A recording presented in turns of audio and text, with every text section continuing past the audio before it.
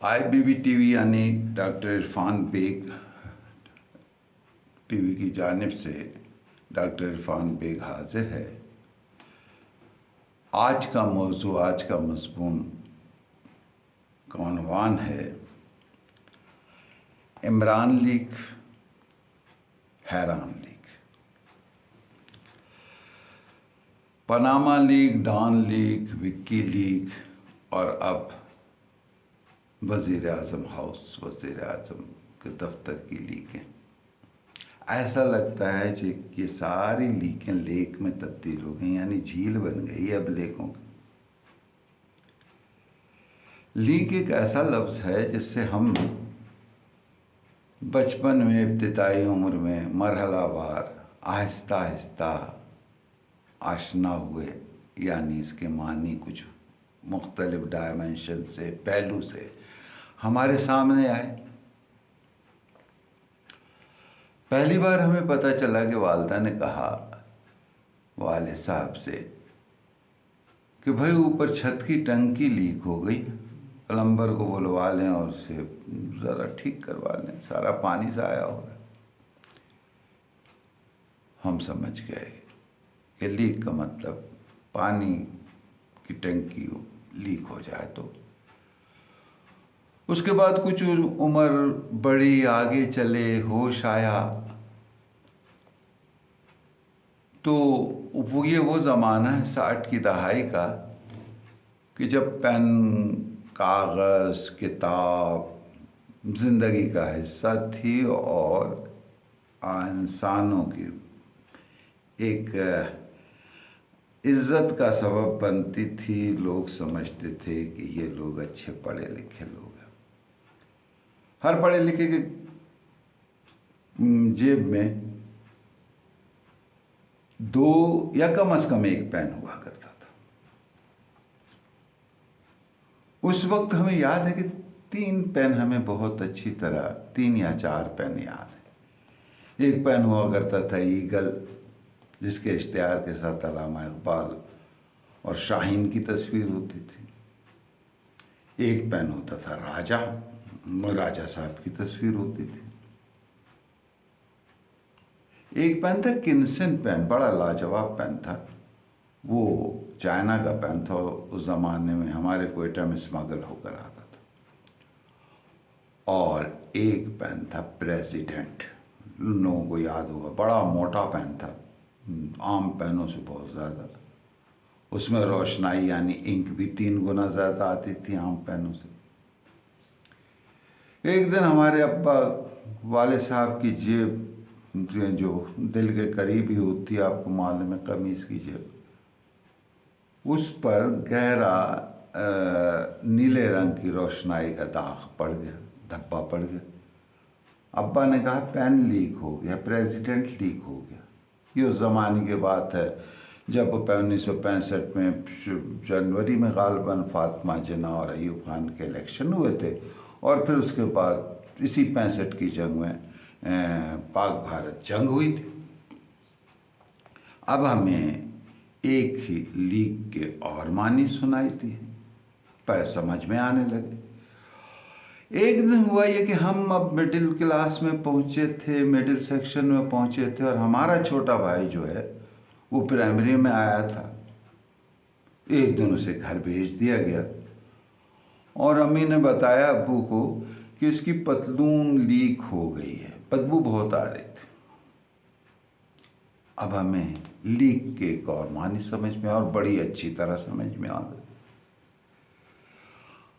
अब अगर देखें तो इसके बाद हमने सोचा कि यार ये लीक क्या है। आहिस्ता आहिस्ता शऊर बढ़ता गया। अब हम नौजवानी में दाखिल हुए, शेर व शायरी अदब का चस्का पड़ गया, रवायती शायर, रोमानी शायर, इनकलाबी शायर, कदीम शायर पढ़ते पढ़ते एक दिन हमारी मुलाकात किताबों में या किसी हवाले से एक शायर से हो गई। उसका तकल्लुस, नाम तो अभी याद नहीं रहा, लेकिन उसका तकल्लुस चिरकीन था।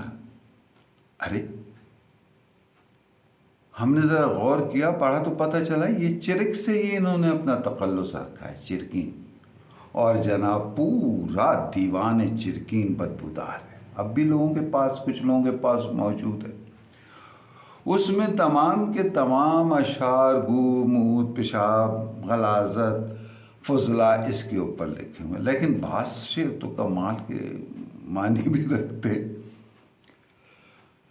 یہ کسی نواب یا بادشاہ کے پاس اس کے ساتھ ملازم تھے، اور دربار میں جیسے اس زمانے میں شاعروں وغیرہ کی بڑی قدر ہوتی تھی، بلوائے جاتے تھے، تو اس کو بادشاہ نے رکھا ہوا تھا ہنسنے ہنسانے کے لیے، اس کے شعر سنانے کے لیے، سننے کے لیے. ایک دن بہرحال مجھے نہیں معلوم کہ چرکین نے یہ شعر بادشاہ کو بھی سنایا ہوگا.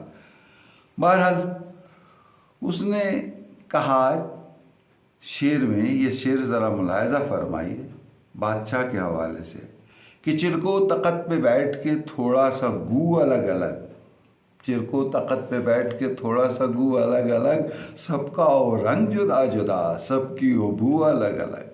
یعنی بادشاہ کو مخاطب کیا کہ اگر ان پٹ اتنے انواع و اقسام کے کھانے ہیں تو پھر آؤٹ پٹ بھی ایسے ہی ہو نا، ذرا تخت کے اوپر الگ الگ اور اس کی بھی بوئیں اور رنگ الگ الگ ہو. تو صاحب جو لوگ کھاتے ہیں پیتے ہیں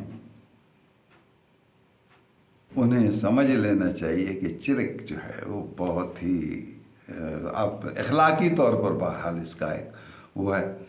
اب آ جائیے آج کی وکی لیگ، ڈان لیگ اور پاناما لیگ یا پاجامہ لیگ جیسے کہا گیا، اب اس کے بعد جو ہے وزیر اعظم ہاؤس اور وزیر اعظم کے دفتر اور اس سے لیگ آ گئی. اب کیا کہا جائے کہ اس لیگ کی دھند میں ایک ایسی بدبو سی ہے کہ پورا معاشرہ، پاکستان کا معاشرہ، میں یہاں ذکر نہیں کروں گا کہ پاکستان کا عالمی فہرست میں کرپشن پہ کیا ہوا، لیکن اس کو دھونے کی بڑی کوشش کی ہے صاحب. پارلیمنٹ کے اندر جو ہے اسمبلی کے قوانین میں تبدیل ہو گئی، وہ نیب قوانین بدل دیے گئے، سب کچھ ہو گیا، لیکن اس لیگ کی دھند اور بو نہیں جا رہی. اتنا بڑا سیلاب آیا ہے تاریخی، پورا ملک دھل گیا، ادھڑ گیا، ایسا دھلا، لیکن پھر بھی بو نہیں جا رہی، دھند نہیں جا رہی. بدقسمتی دیکھیے. ہم اس دین کے ماننے والے ہیں جس میں کہا گیا ہے کہ صفائی نصف ایمان، صفائی ہونی چاہیے. صفائی نہیں ہوئی، معاشرہ صاف نہیں ہوا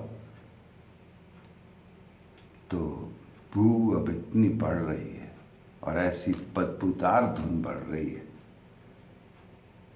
کہ ہم کیا کہیں. کوئی بھی صورت پہچانی نہیں جاتی ہے. آج اس عمران لیگ اور حیران لیگ کے مضمون کے ساتھ ڈاکٹر عرفان بیگ کو اجازت دیجیے. اللہ حافظ.